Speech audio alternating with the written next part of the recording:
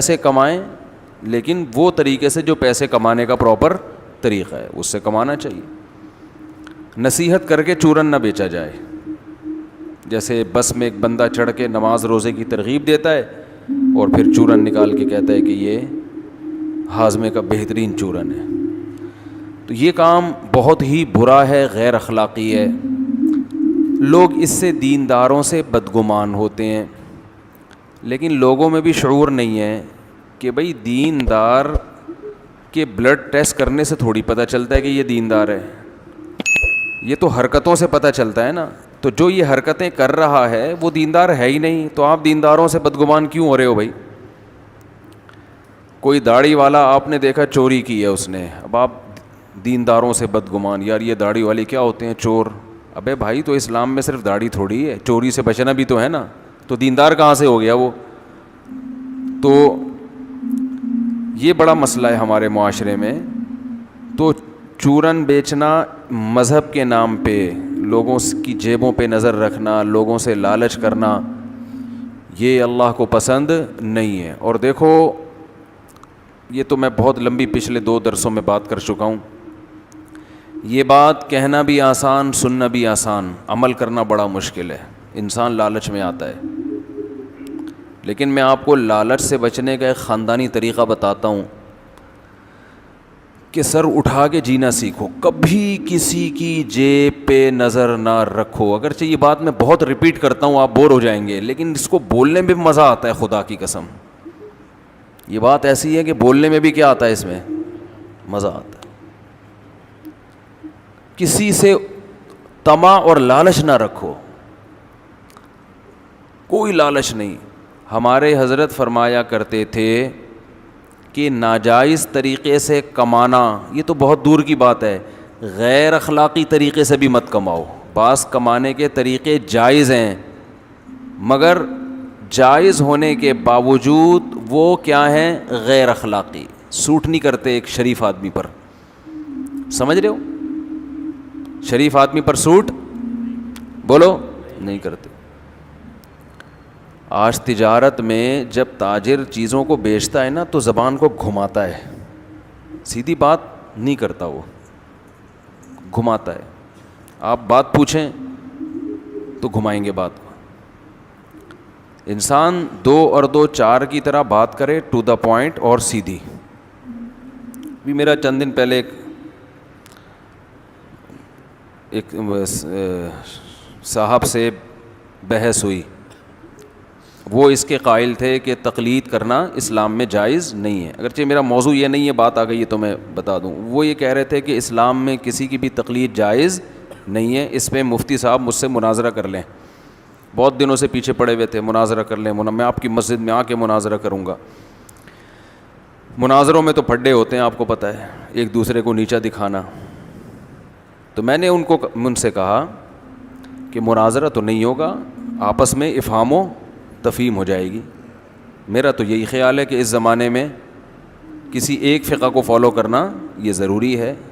اور تقلید 2 طرح کی ہوتی ہے, جائز بھی اور ناجائز بھی. تو میں نے کہا پہلا تو تھوڑا سا یہ بتا دیا جائے کہ آپ کی نظر میں تقلید کا مفہوم کیا ہے. تو ایک نشست ہم اس پہ رکھ لیتے ہیں کہ تقلید کا مفہوم آپ کے ذہن میں کیا ہے. ایسا نہ ہو کہ جس چیز کو آپ تقلید کہہ رہے ہو میں اس کو تقلید نہ کہہ رہا ہوں, میں اس کو کچھ اور کہہ رہا ہوں, اور جس چیز کو میں تقلید کہہ رہا ہوں آپ اس کو کچھ اور کہہ رہے ہو. تو پہلے ہم تنقیح, اس کو کہتے ہیں تنقیح کرنا, دعوے کو نکھارنا. تو میں نے ان کو دعوت دی, میں نے کہا آئیں بیٹھیں, اور بے شک آپ ریکارڈنگ بھی کریں, ہمیں کوئی وہ نہیں ہے. وہ کہہ رہے تھے میں ریکارڈنگ کروں گا, میں نے کہا چل ریکارڈنگ بھی کر لیں, مجھے کوئی اعتراض نہیں ہے. مجھے ساتھیوں نے کہا کہ آپ اپنے کیمرے سے بھی ریکارڈنگ کریں تاکہ کوئی خیانت نہ ہو. میں نے کہا چھوڑو, کیا خیانت ہوگی, ہم تو کوئی نہ مناظرہ ہو رہا ہے نہ کوئی ایک دوسرے کو نیچا دکھانے کی کوشش. اور میں نے بار بار ان کو یہ باور کرایا کہ یہ تقلید کے موضوع پر بحث نہیں ہے, یہ آپ کے دعوے کو سمجھنے کے موضوع پر بات چیت ہوگی. میں سمجھوں گا کہ آپ کا دعویٰ ہے کیا, جب میں اس دعوے کو سمجھ جاؤں گا تو ہم ریٹن میں اس کو لے آئیں گے. تو پھر ہم اس پہ اگلی نشست رکھ لیں گے اگر ہو سکتا ہے میں اس دعوے سے پہلے ہی متفق ہوں تو ہمیں نشست کی ضرورت نہیں ہے, اور اگر میں متفق نہ ہوا تو اگلی نشست پھر ہم رکھیں گے, اس میں آپ لائیو کیمرے بھی لگائیں, ہم بھی لگا دیں گے کہ میں کہوں گا بھائی آپ کا دعویٰ کیا ہے, غلط ہے, اس پہ قرآن و سنت سے یہ دلائل ہیں, اور آپ کہیں گے جی ہمارا دعویٰ صحیح ہے, اس پہ قرآن و سنت سے یہ دلائل ہیں. اگر مجھے آپ کے دلائل صحیح لگے میں مان جاؤں گا, آپ کو میرے دلائل صحیح لگے تو آپ مان جائیں, نہیں بھی مانے تو جو لائیو دیکھ رہے ہیں وہ تو مان جائیں گے میں کون صحیح ہے کون غلط. لیکن مجھے بہت افسوس ہوتا ہے کہ شاید مقصد یہ تھا کہ ویورز بڑھانا یا مفتی صاحب کو غصہ دلانا, جب غصہ آ جائے تو دیکھیں یہ ہو کیا رہا ہے, ٹھیک ہے نا, ان کو تو مناظرہ نہیں کرنا آتا, حالانکہ مناظرہ ہی نہیں تھا وہ. تو میں نے ان سے سوال پوچھا, وہ اپلوڈ ہو گیا ان کے چینل پہ, میں نے ان سے سوال پوچھا کہ مجھے صرف اتنا بتا دیں کہ تقلید آپ کس عمل کو کہتے ہیں. تو انہوں نے مجھے بتایا کہ تقلید کہتے ہیں بغیر دلیل کسی کی بات کو ماننا. ٹھیک ہے بھائی, اسی کو کہتے ہیں. میں نے کہا اب آپ کا دعویٰ کیا ہے, بغیر دلیل اگر کوئی کسی کی بات کو بھی فالو کر لیتا ہے, مان لیتا ہے, تو یہ جائز ہے یا ناجائز؟ انہوں نے کہا کہ ناجائز ہے. میں نے کہا اگر کوئی صحابہ کی بات کو مان لے بغیر دلیل کے, انہوں نے کہا یہ بھی ناجائز ہے. اچھی بات ہے بھائی. تو میں نے کہا کہ مصنف ابن ابی شیبہ میں اور عبد الرزاق میں بہت سے صحابہ کے فتاوی ہیں جن میں ایک شخص آیا, ابھی میرا مقصد ان کو نیچا دکھانا نہیں ہے, ان کو یہ بتانا نہیں ہے کہ آپ غلط کہہ رہے ہیں, میرا مقصد یہ کہ آپ کا دعویٰ نکھرے تو صحیح, آپ ہو سکتا ہے آپ اپنے دعوے کو ڈیفائن نہ کر پا رہے ہو نا. میں نے کہا بہت ساری فتاوی ہیں حدیث میں, کتابوں میں, کہ ایک تابعی آئے صحابی سے, انہوں نے حلال حرام کا مسئلہ پوچھا کہ یہ حلال ہے یا حرام ہے, انہوں نے بتا دیا کہ حلال ہے یا حرام, نہ انہوں نے دلیل پوچھی نہ انہوں نے دلیل دی, اور وہ چلے گئے. تو بغیر دلیل کے تابعی نے صحابی کو فالو کیا, تو یہ عمل بھی تقلید ہے یا نہیں ہے؟ کیونکہ آپ یہ دعویٰ کر رہے ہیں کہ تقلید کہتے ہیں بغیر دلیل کے کسی کو فالو کرنا, تو یہ عمل تقلید ہوا کہ نہیں ہوا؟ اگر یہ تقلید ہے تو آپ کہہ رہے ہیں یہ جائز نہیں ہے, اگر تقلید نہیں ہے تو کیوں نہیں ہے؟ ڈیفینیشن تو اس پہ صادق آ رہی ہے تقلید کی. یا آپ فرق کرتے ہیں کہ یہ والی تقلید جائز ہے وہ والی جائز نہیں ہے, تو وہ فرق کیا ہے ہمیں بتا دیں.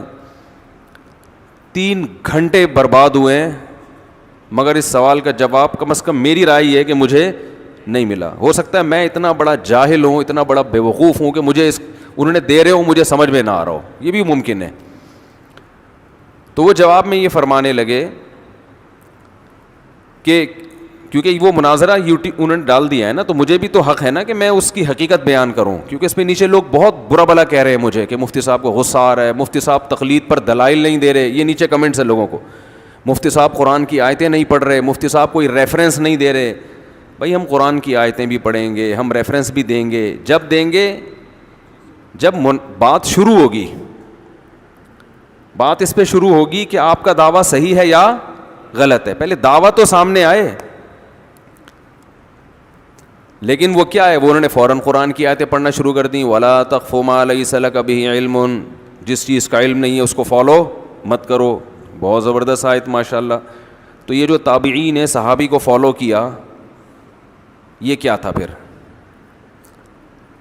تو وہ پھر کہنے لگے کہ قرآن کی آیتوں کی جتنی مفسرین نے تفسیریں بیان کی ہیں یہی تفسیر ہے. میں نے کہا بھائی تفسیروں کو ایک طرف رکھیں آپ, ابھی بات یہ ہو رہی ہے کہ آپ کا دعویٰ کیا ہے. اگر آپ تقلید کی یہ تعریف کرتے ہیں کہ بغیر دلیل کسی کو فالو کرنا, تو تابعین نے جو صحابہ کو بغیر دلیل کے فالو کیا اس پہ قرآن کی پھر یہ آیت فٹ آ رہی ہے نا, انہوں نے تو قرآن کی دھجیاں اڑا دیں, پھر مخالفت کی.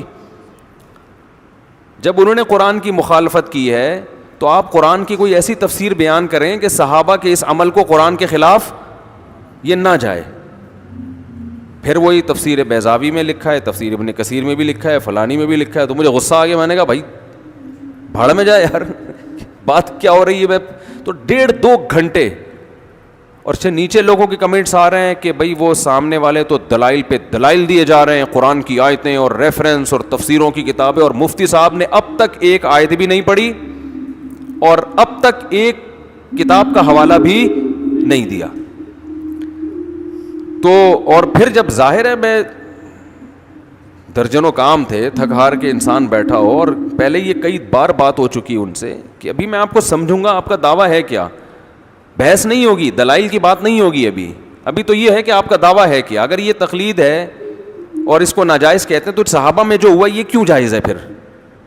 یا تو اس کو جائز بولیں یا ناجائز بولیں, تو سمجھ میں تو آئے نا کہ آپ کا دعویٰ ہے کیا. نہیں.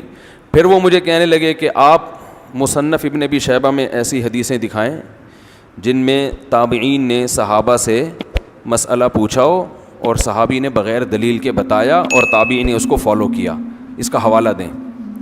میں نے کہا میں حوالہ دوں گا اس کا, آپ کہیں کہ ایسا نہیں ہے, مصنف ابن ابی شیبہ میں ایسا نہیں ہے, آپ انکار کریں تو میں حوالہ دوں گا, کیونکہ میں تو یہاں کتابیں لے کے نہیں بیٹھا, تو مناظرے کے لیے آیا ہی نہیں ہوں نا.